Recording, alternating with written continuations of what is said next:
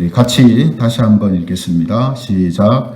무릇 하나님의 영으로 인도함을 받는 사람은 곧 하나님의 아들이라.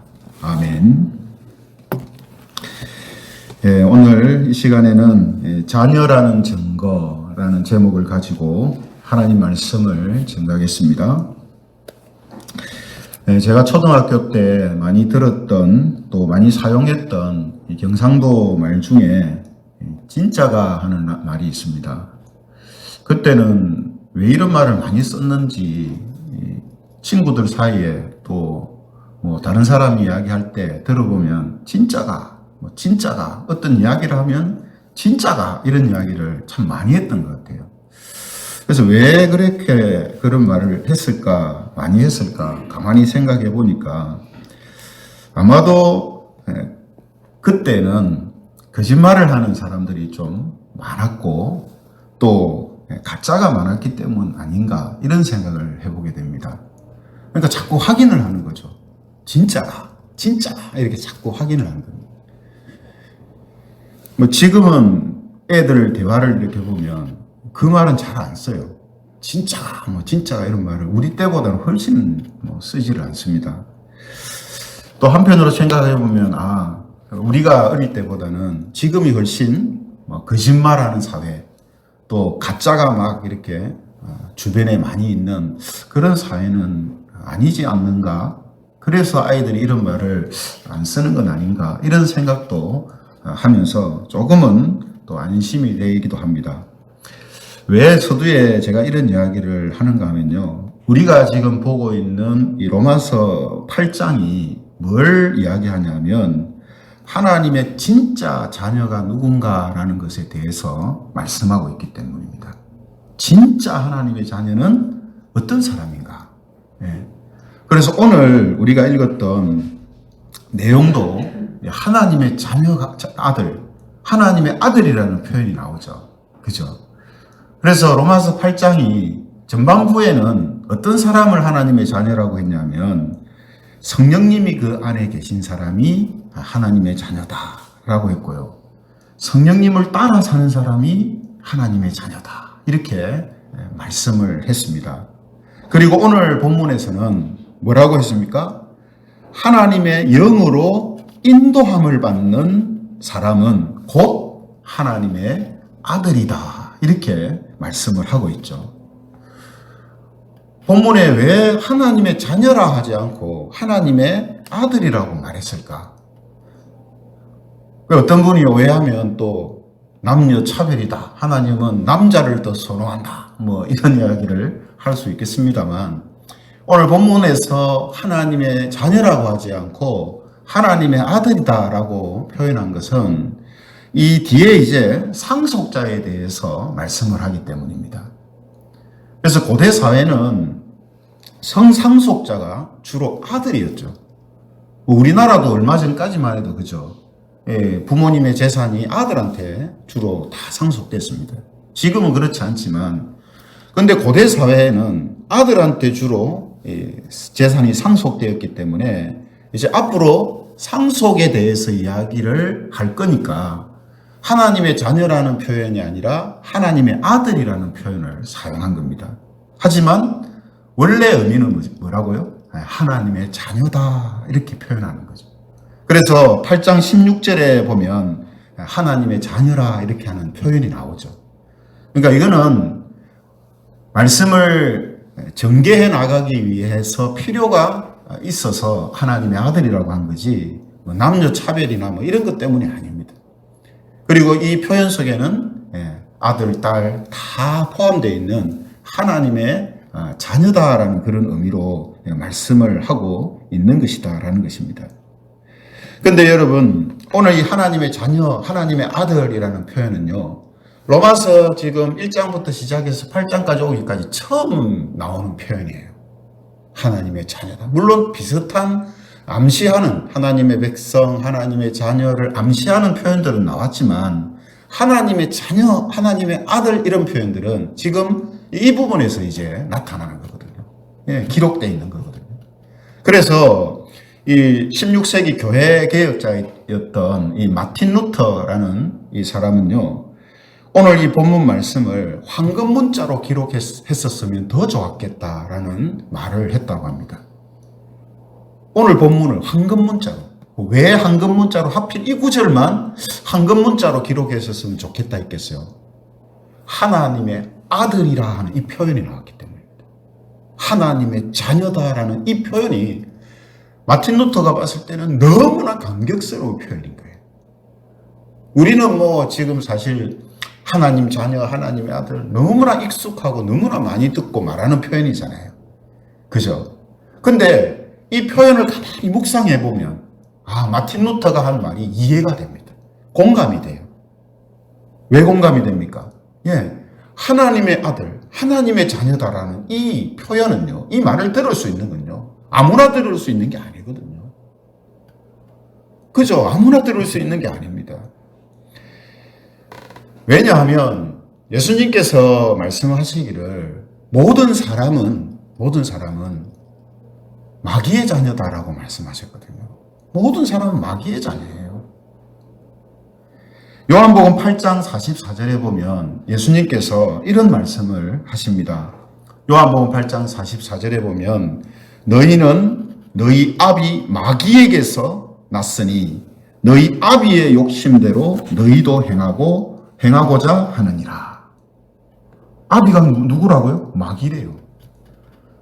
그래서 마귀의 욕심대로, 마귀가 욕심을 부려서 행하듯이 사람들도 그렇게 욕심을 채우기 위해서 산다 이거예요. 그죠? 결국 뭡니까? 모두가 처음에는 다 모든 사람들이 마귀의 자녀였다라고 말씀하고 있습니다. 마귀의 자녀다. 그래서 마틴 루터가 생각할 때 마귀의 자녀였던 사람이 하나님의 자녀라고 불려지는 이것이 너무나 영광스럽고 감격스러운 일이라고 생각한 겁니다. 그래서 오늘 본문을 황금으로 좀 기록했으면 좋겠다. 황금 문자로 기록했었으면 정말 좋았겠다. 이런 말을 한 것이라는 겁니다. 자, 그럼 여러분, 저와 여러분들이 하나님의 자녀가 되고 하나님의 백성이 되는 거, 이거는 정말 놀라운 일이에요. 저와 여러분들도 역시 마귀의 자녀로 마귀의 자녀였단 말이에요. 하지만 지금 하나님의 자녀로서 하나님을 아버지로 부르면서 살고 있다라는 이 사실, 그리고 이런 위치에 있다라는 사실이 얼마나 놀라운 일인지 모릅니다. 그렇다면 여러분들은 자기 자신을 진짜 하나님의 자녀라고 생각하십니까? 나는 하나님의 자녀야. 하나님이 우리 아버지야. 이렇게 생각을 하시는가 하는 거죠.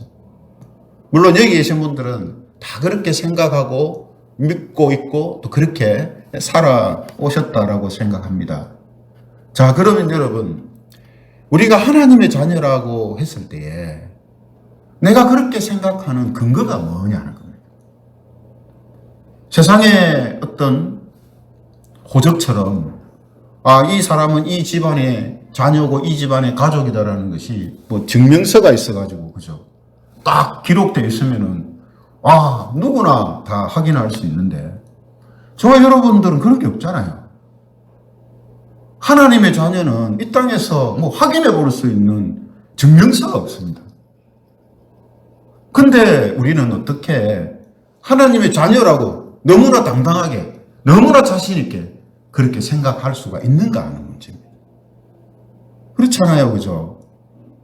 증명이 뭔가 돼야 되는데 무엇이 증명이 되길래 우리를 자신을 하나님의 자녀라고 확신하며 살고 있는가 하는 것이죠. 역시 예수님께서 이와 관련해서요, 요한복음 1장 12절에 이런 말씀을 하셨습니다. 요한복음 1장 12절에 보면 우리 앞에 보시면서 같이 한번 읽겠습니다. 요한복음 1장 12절입니다. 시작. 영접하는 자, 곧 그 이름을 믿는 자들에게는 하나님의 자녀가 되는 권세를 주셨으니. 제가 성경을 같이 봉독하는 이유는요, 몇 가지가 되는데, 하나는 예배에 참여하시라고 하는 겁니다. 지금 설교 시간이잖아요. 설교 시간에 설교자가 말을 주로 합니다. 여러분들은 듣기만 하죠. 근데 사실은 이 듣는 행위 자체가 예배에 참여하고 예배의 주체가 되고 있음에도 불구하고 예배의 주체라고 생각을 안 할 수가 있어요. 그래서 성경 같은 것을 같이 읽으면서 나는 예배의 객체가 아니고 예배의 주체다. 듣는 자로서 지금 예배의 주체가 되고 있다. 예배자다. 이걸 우리가 좀 기억하자는 의미에서 성경을 같이 봉독합니다. 또 듣기만 하다 보면 딴 생각이 나기도 하고, 그죠? 또 뭐 잠이 오기도 하고 하기 때문에 말씀을 같이 한번 읽으면서 내가 지금 예배 드리고 있지. 내가 지금 목사님의 말을 듣고 있는 게 아니고 하나님의 말씀을 듣는 그런 시간이지. 좀 우리가 그런 부분에 있어서 환기를 시키려고 성경 봉독을 같이 하는 겁니다. 그래서 성경 봉독을 같이 할 때 제가 그런 의미로 같이 하자고 하는구나, 이걸 좀 아시라고 말씀을 드리는 거예요. 자, 여러분 방금 읽었습니다. 우리 다시 한번 읽어볼까요? 시작. 영접하는 자, 곧 그 이름을 믿는 자들에게는 하나님의 자녀가 되는 권세를 주셨으니. 누구 말씀이라고 했습니까? 예수님 말씀이에요. 예수님께서 누가 하나님의 자녀라고, 하나님의 자녀라는 증거가 뭐냐고 말씀하시냐면 영접하는 자. 누구를요? 예수님을 영접하는 자. 또 그 예수님의 이름을 믿는 자는 하나님의 자녀다. 하나님의 자녀라는 증거가 뭐라고 예수님이 이야기하시냐면 우리가 예수님을 영접했다면 하나님의 자녀라는 거예요. 그게 증거라는 거예요. 그게 증명하고 있는 거라는 거예요. 내가 예수님의 이름을 믿고 있다면 나는 하나님의 자녀라는 거예요. 너무나 확실한 증명서라는 겁니다. 너무나 확실한 증명서. 그러니까 다른 기록으로 한 종이를 가지고 확인할 필요가 없어요. 종이는 위조도 할 수 있지 않습니까? 그러나 우리가, 여러분들이 각자 내가 예수님을 내 마음속에 영접했는가, 내가 예수님의 이름을 믿는 자로 사는가, 이거는 위조가 안 됩니다. 위조가 안 되잖아요. 여러분들이 바로 확인할 수 있는 문제고, 이거는 속이거나 바꿀 수 있는 문제가 아니죠. 너무나 확실한 증명서예요. 영적인 증명서입니다. 그런데 오늘 본문에서 또 하나 어떤 사람이 하나님의 자녀인가 하는 것을 우리에게 말씀해 주고 있습니다. 앞서 요한복음에서 예수님이 뭐라고 하셨어요? 나를 영접하는 자, 내 이름을 믿는 자, 그들이 하나님의 자녀다 했습니다. 그래서 우리는 예수님을 믿는 무리 속에 지금 같이 있는 거예요. 그죠? 오늘 우리가 모인 이 신앙 공동체가 무슨 신앙 공동체입니까? 예수 그리스도의 이름을 믿는 신앙 공동체잖아요. 그래서 우리는 이 공동체 안에서 함께 예배드리고 있지 않습니까? 그런데 우리가 내 몸은 지금 신앙 공동체 안에, 믿음을 고백하는 공동체 안에 있는데 내가 내 몸이 여기 있다라는 것만으로 내가 하나님의 자녀인가, 이것이 잘 확인이 안 된다라고 생각하는 분도 있을 수가 있다는 거예요. 앞에 예수님이 말씀하신 거 말고 또 없나? 또 뭔가 없습니까?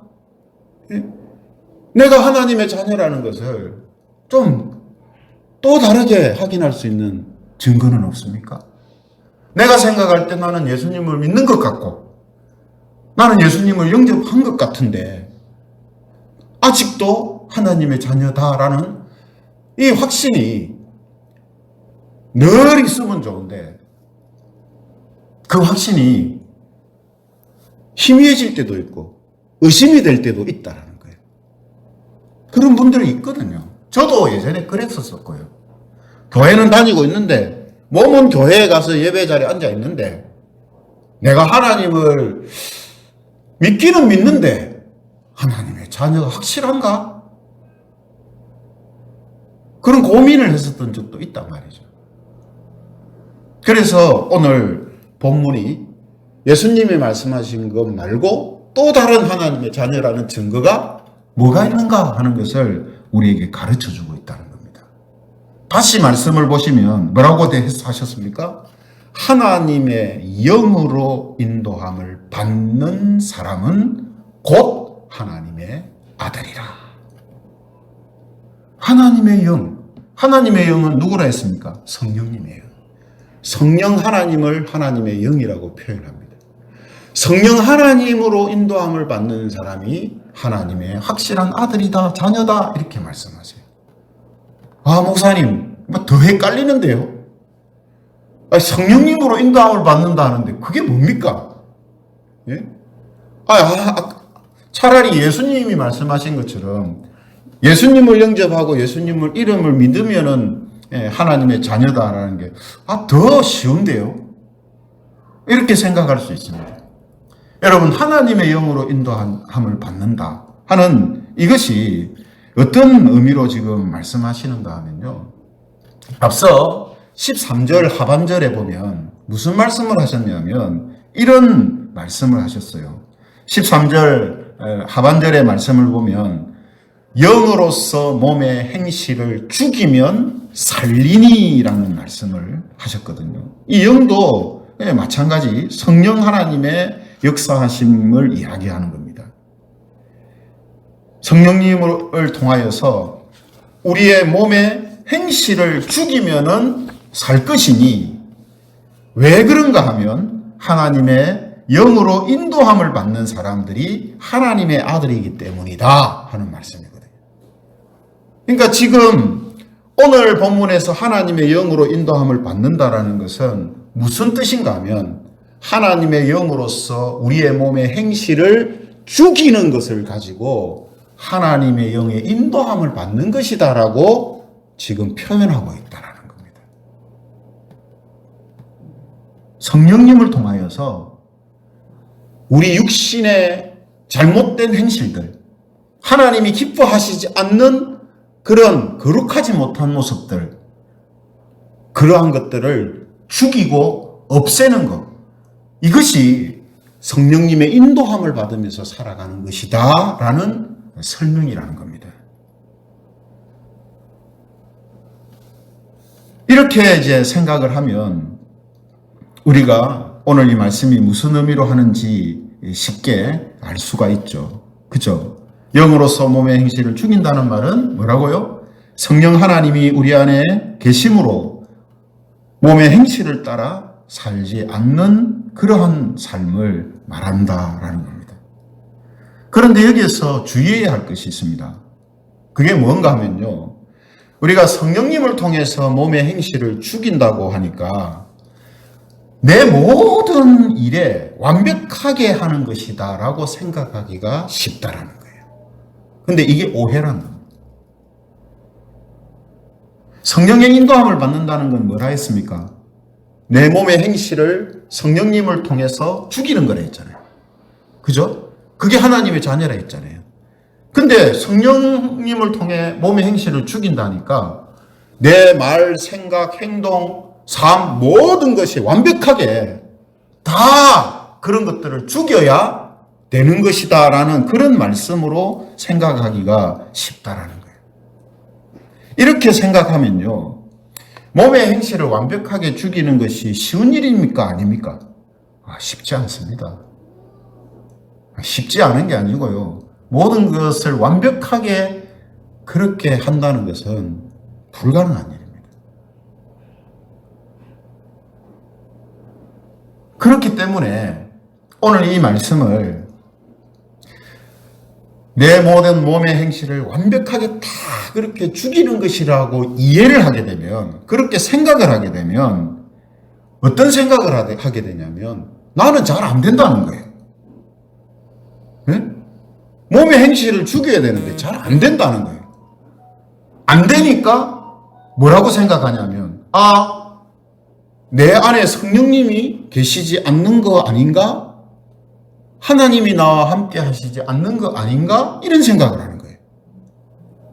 그렇게 되면 하나님이 함께 하시지 않는 사람은 그럼 뭐가 됩니까? 하나님 자녀가 아닌 거예요. 그래서 여러분, 하나님의 이런 말씀을 우리가 잘못 오해하게 되면 이렇게 엄청난 결과가 나오는 거예요. 몸의 행실을 죽이면서 사는 것이 하나님의 자녀라 하니까, 그러면 완벽하게 몸의 행실을 죽여야 된다, 이렇게 이해를 하게 되면 그게 안 되니까 어떤 결과가 나오냐면, 그래서 나는 하나님의 자녀가 아니고 천국에도 못 가고 구원도 못 받는 사람이다, 이렇게 가버린단 말이에요.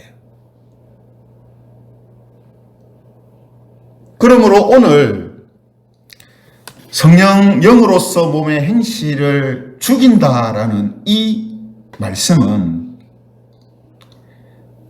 우리에게 완벽한 것을 지금 이루실 것이라는 것을 이야기하시는 게 아니라는 것을 먼저 우리가 이해하고 그것을 생각하고 있어야 됩니다.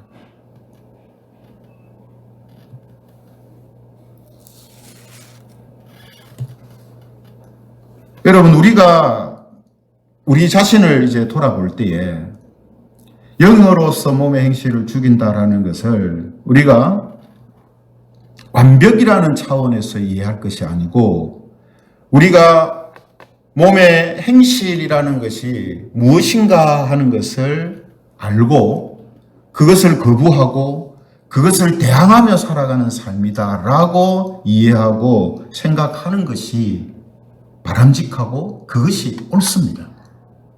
여러분, 이건 완전히 달라요.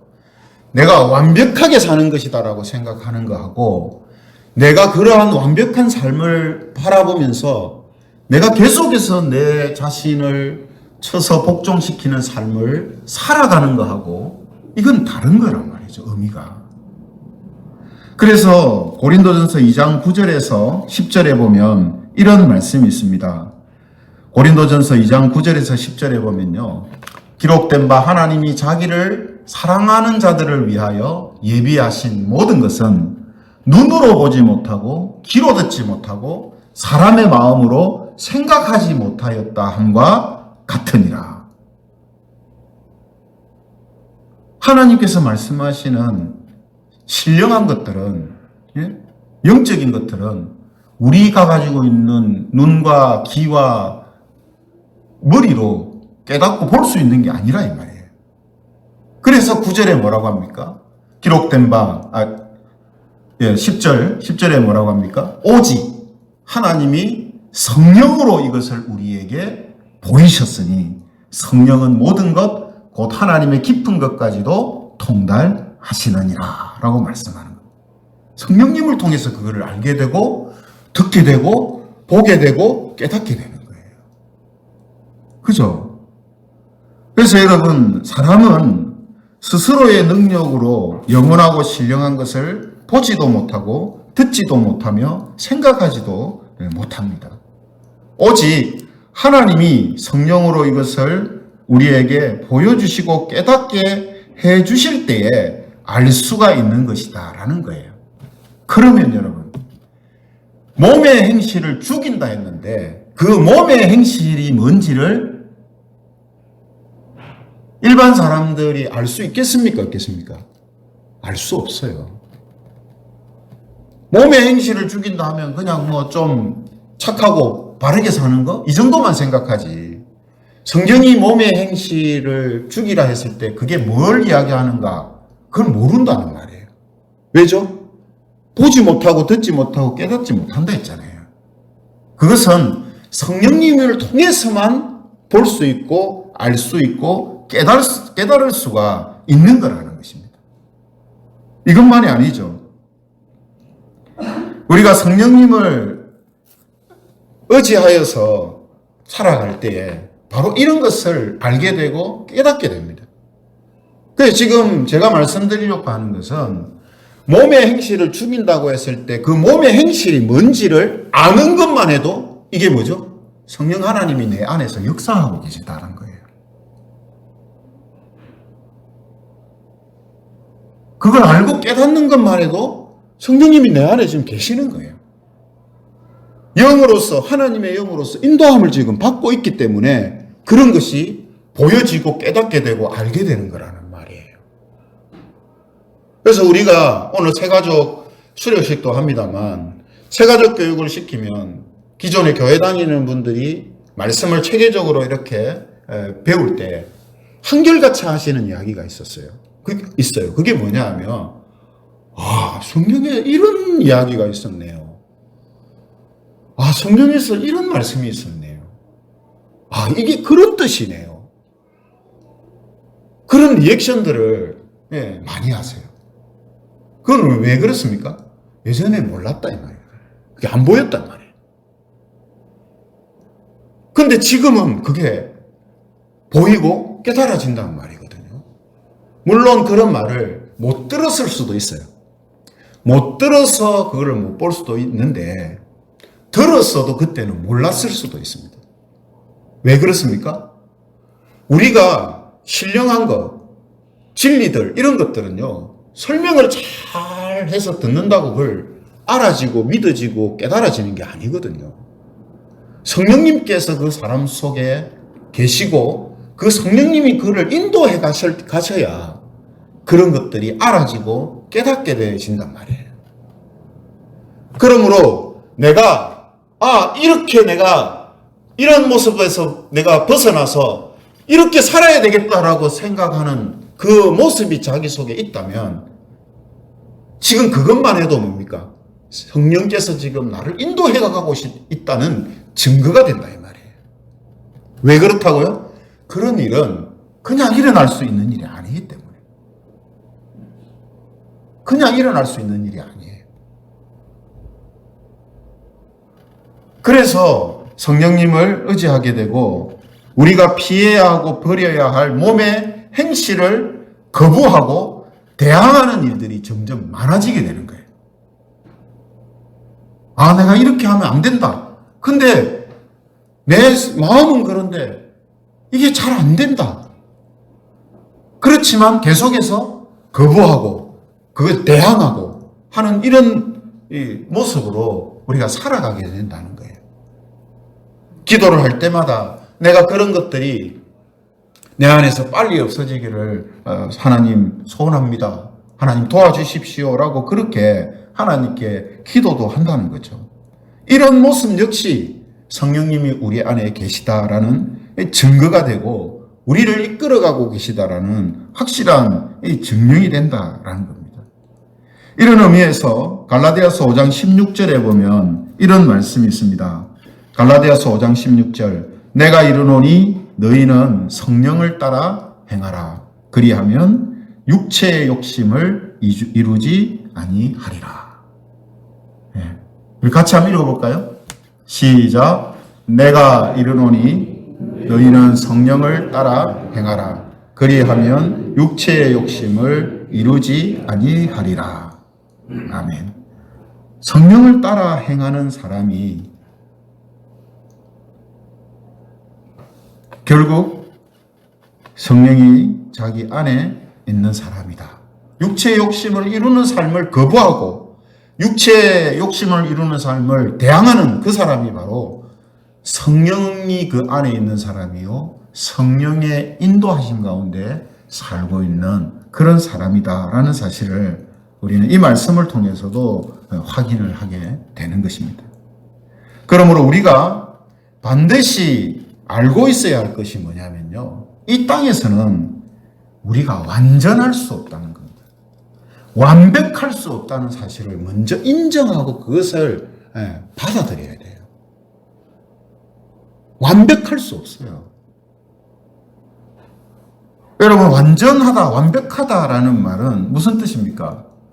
필요한 모든 것을 행함으로 인해서 조금의 모자람이나 조금의 흠도 없다라는 의미로서 완전하다, 완벽하다라는 말을 쓰거든요. 근데 여러분, 하나님 보실 때에 우리의 완전함이라는 것은 이 땅에서는 이루어지지 않습니다. 이 땅에서 우리가 하나님의 말씀으로 살아가는, 그래서 그렇게 변화되어져 가는 모습을 성화다라고 이야기하거든요. 성화. 근데 성화는 완벽하지 않습니다. 계속 되어져 가는 거예요. 계속해서 완전을 향해 나아가는 것입니다. 완전하고 완벽한 우리의 모습은 언제 이루어집니까? 하나님의 나라에 우리가 가서 들어갈 때 우리에게 이루어집니다. 그것을 신학 용어로 영화라고 이야기해요.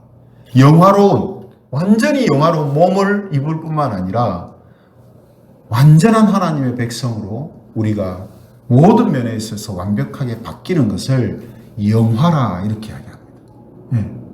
그건 천국에서 이루어지는 거예요. 이 땅에서 우리의 삶은요, 그 완전함과 완벽함이 이루어질 것을 바라보면서 그 방향으로 계속해서 나아가는 것이 이 땅에서의 삶입니다. 근데 감사한 것은 그 완전한 것을 바라보면서 나아갈 때 온전함이 이루어지게 하신다는 거예요. 온전함이. 그래서 여러분, 완전함과 온전함은 이게 다릅니다. 완전함은 앞서 말씀드린 것처럼 조금의 흠도 없고 모자람도 없는 걸 말해요. 퍼펙트를 말합니다. 100점이다. 그냥. 뭐 어떤 면을 봐도 100점이다. 그게 완벽이고 완전이에요. 그 온전함이라는 것은 뭐냐면 100점을 제가 표현했기 때문에 80점 이상 이렇게 생각하면 됩니다. 점수로 굳이 이야기하자면 완벽하진 않지만 비교적 잘하고 있다. 우수하게 하고 있다. 이게 온전함이에요. 낙제받으면 안 되겠죠. 그죠? 예. 우리의 삶이 하나님 보실 때 세상 사람이나 우리 하나님의 자녀나 똑같은 모습이 되면 안 되겠죠. 그건 낙제라고 할 수 있죠. 그게 아니라 우리가 하나님의 완전함을 바라보고 나아갈 때 온전함이에요. 온전함. 예. 우리 열심히 공부하는 학생들이 그렇잖아요. 열심히 공부한다고 다 1등 합니까? 아니잖아요. 그러나 열심히 공부하면 우수한 학생은 됩니다. 우수한 학생은 되죠. 마찬가지입니다. 우리가 하나님의 완전함과 완벽함을 바라보면서 이 땅에서 살아갈 때 하나님 보실 때에 괜찮은 하나님의 자녀들로서 살 수 있게 된다 이 말이에요. 그게 온전함입니다. 온전함. 여러분, 왜 이걸 이야기하느냐 하면, 왜 이것을 지금 로마서에서 생각을 하고 있냐면, 우리가 비교적 괜찮은 사람이고 하나님 보실 때에 괜찮은 사람들인데 자기 자신이 뭔가 하나 잘 못하고 있는 그걸 가지고 자기를 완전히 못난 사람 취급하고 그렇게 생각하는 경우가 많다는 거예요. 공부의 비유로 해서 계속 공부에 대해서 말씀을 합니다만 열심히 공부해서 80점, 90점 받는 학생이 자기가 잘 못해서 있는 그 과목 때문에 자기를 불행하라고 생각한다면, 자기를 불행하다라든지 아니면 열등생이라고 생각한다든지 자기가 못났다고 생각하다든지 그러면 이게 문제 아니에요. 그렇죠? 다른 잘하고 있는 부분들이 더 많은데 잘못하고 있는 작은 부분들을 보면서 그것이 자기 모습인 것처럼 그렇게 생각하면 어떻게 되겠습니까? 사회가 그런 정서, 그런 학생들을 만들어내기 때문에 문제다라고 하잖아요. 그렇죠? 근데 우리 신앙의 세계에 있어서도 만약 그렇게 생각하는 정서가 되어 있다면 상당히 이거는 곤란한 문제가 되는 겁니다.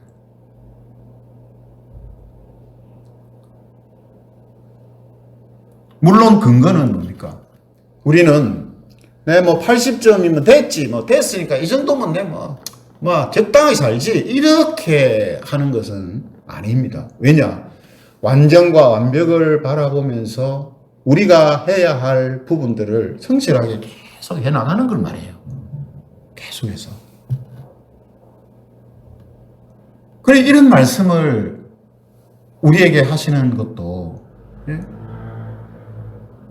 만일 이런 말씀들을 오해하면 앞서 말씀드린 그런 현상이 나타날 수 있기 때문이에요. 내 이 정도만 했으면 됐으니까 더 안 해. 아, 내 더 하는 건 내 싫어. 불편해. 힘들어. 안 해. 나 요것만 딱 할래. 이런 마음과 이런 생각과 이런 태도를 가질까봐 성경은 양면을 가지고 자꾸 이야기하는 거거든요. 하나님의 자녀의 자세는 계속해서 완전과 완벽을 바라보면서 천국을 바라보면서 살아가는 거예요. 계속해서. 그런 가운데 나의 삶 속에 일어나는 여러 가지 일들을 통해서 작은 부분을 가지고 실망하고 낙담하고 의심하고 두려워하는 이런 삶이 되지 말라고 이런 말씀을 우리에게 주시는 거거든요. 그러므로 여러분, 하나님의 자녀다라는 이 증거가 뭐라고 했습니까? 하나님의 영의 인도함을 받는 거라 했습니다. 그 인도함을 받는 것은 우리의 몸의 행실을 죽이는 것으로 나타난다라고 했거든요. 그죠?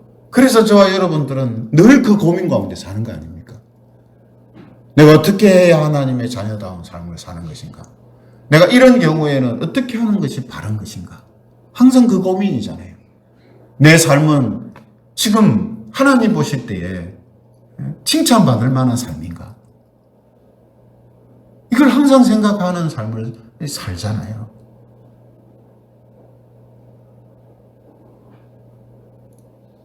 그런 마음과 그런 생각과 그런 태도가 있다면 지금 우리의 삶의 모습들이 어떻게 지금 펼쳐지고 있다 할지라도 우리가 하나님의 자녀다라는 이 사실만큼은 의심하거나 믿지 못해서는 안 된다는 거예요. 네. 그러므로 오늘 이 말씀을 통해서 우리가 잘 안 되는 부분, 빨리 버리지 못하는 부분들이 있지만 그런 것에 안주하거나 그런 것으로 인해서 자기 비하나 죄의식 속에 살지 않아야 합니다. 왜 그런 게 생기냐면 하나님의 자녀다라는 이 사실을 분명하고 확실하게 세우지 못하기 때문에 이런 현상들이 나타나는 거거든요. 그러므로 오늘 역으로 생각해서 내 부족하고 내 연약한 모습, 잘 못하는 모습을 가지고 내가 하나님의 자녀인가를 확인하려고 하지 마시기 바랍니다. 나 이런 거 잘 못하고 나 이런 거 잘 안 되는데 내가 하나님 자녀인가? 그걸 가지고 증거를 삼으려고 하지 마세요. 성경은 우리에게 그거를 우리가 하나님의 자녀인지를 증명하는 것으로 사용하라고 하지 않습니다. 우리가 하나님의 자녀냐 하는 것을 증거해주고 증명하는 것은 앞서 예수님이 말씀하신 것처럼 내가 예수님을 내가 마음속에 영접했느냐, 내가 예수 그리스도의 그 이름이 나를 살리실 것을 믿고 있느냐, 또 내 삶이 하나님이 말씀하시는 그러한 방향으로 나아가며 성령님의 인도하신 가운데 거룩한 삶을 바라보고 그 삶을 향하여서 하루하루 매일매일 그 방향으로 내가 걸어가고 있느냐, 여기에 우리가 하나님의 자녀인가 아닌가를 증명 삼으라라고 말씀하고 있다는 거예요. 이런 차원에서 내가 하나님의 거룩한 백성으로 완벽하게 사는가 하는 부분도 나를 하나님의 자녀인가라는 증거로 삼지 말라는 겁니다. 왜 그렇다고요? 완벽할 수 없다 이 말이죠. 우리는 완전할 수 없어요, 이 땅에서는. 하지만 완벽하지 못하고 완전하지 못하지만 내 속에서 계속해서 하나님의 뜻 가운데 살기를 원하는 마음들이 생기고 또한 하나님이 기뻐하시는 것이 이런 것이구나 하는 것이 깨달아지고 알아지고 하는 모습들이 있다면 그걸 가지고 그래도 나는 하나님의 자녀구나. 예? 성령님이 나와 함께 동행하고 계시는구나. 그것에 내가 하나님의 자녀라는 증명을 확실하게 증거를 삼으라는 거예요. 그게 지금 오늘 이 로마서를 통해서 우리에게 말씀해주고 전해주려고 하는 정말 중요한 내용이거든요. 그러므로 매일매일 저와 여러분들이 오늘 우리가 나누었던 이런 모습으로 끝까지 살아가는 그런 성도들이 되시기를 바랍니다. 그리고 이런 모습이 있을 때, 나는 다른 부족함과 연약함이 있지만 하나님의 자녀라는 이 사실은 내가 확실해 라는 확신을 가지고 살아가시기를 바랍니다. 그래서 우리가 내가 원하는 만큼 몸의 행실을 죽이지 못한다는 것으로 인해서 실망하고 주저앉고 침체에 빠지는 것이 아니라 우리를 자녀로 삼으시고 우리를 온전한 길로 이끌어 가시는 예수님을 바라보며 더욱 성령님의 인도하심을 구함으로 인해서 인내와 소망 가운데 살아가는 그런 우리 김혜재건 교회 모든 성도들이 되시기를 주님의 이름으로 축원합니다.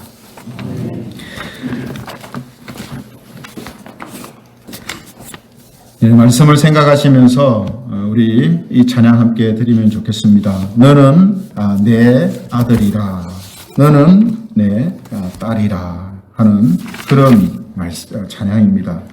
우리 같이 이 찬양하시면서 내가 하나님의 자녀구나, 하나님이 나와 함께 하시네, 이런 일들이 일어나고 있구나 하는 것을 다시 한번 우리 마음속에 새기면 좋겠습니다. 우리 함께 이 찬양으로 봉헌 찬양 하나님께 드리겠습니다.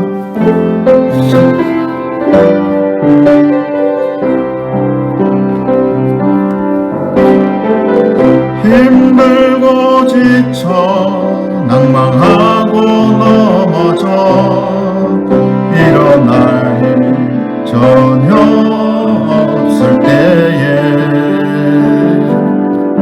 조용히 다가와 손 잡아주시며 나에게 말씀하시네.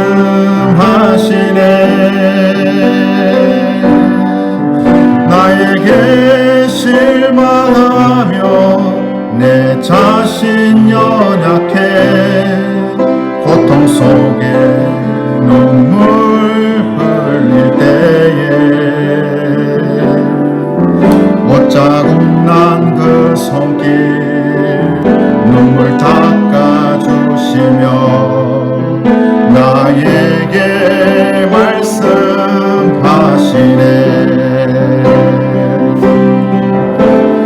너는 내 아들이라 오늘날 내가 너를 낳도다. 너는 내 아들이라 나의 사랑하는 내